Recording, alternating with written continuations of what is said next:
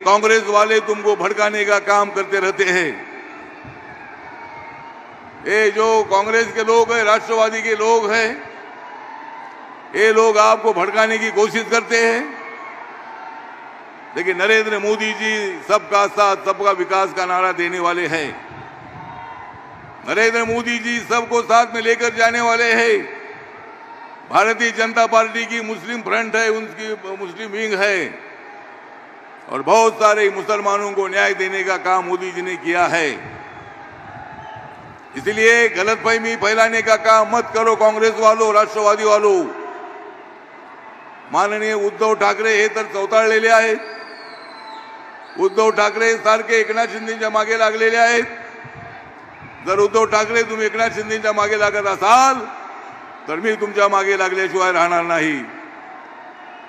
पुन्हा पुन्हा तुम्ही अशा पद्धतीने चुकीचं बोलत असता। तुम्हाला आमदार सांभाळता आले नाही, तुम्हाला एकनाथ शिंदेना सांभाळता आलं नाही।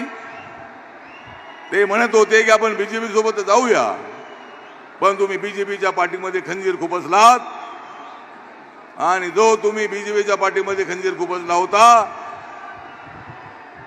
एकनाथ शिंदेजी 40 नव्हे, शिवसेनेचे 40 आणि अपक्ष 10 ते 50 आमदारांना घेऊन आमच्याकडे आले आणि त्यांना मुख्यमंत्री पदाची जबाबदारी दिली। नरेंद्र मोदींनी, अमित शहानी त्यांना मान्यता दिली आणि आज एकनाथ शिंदे विकासाचं काम करतायत। एकनाथ शिंदे गावागावामध्ये फिरतायत। घरात बसून ते राजकारण करत नाहीत। घरात बसणाऱ्यांना आता घरात बसवल्याशिवाय आम्ही राहणार नाही।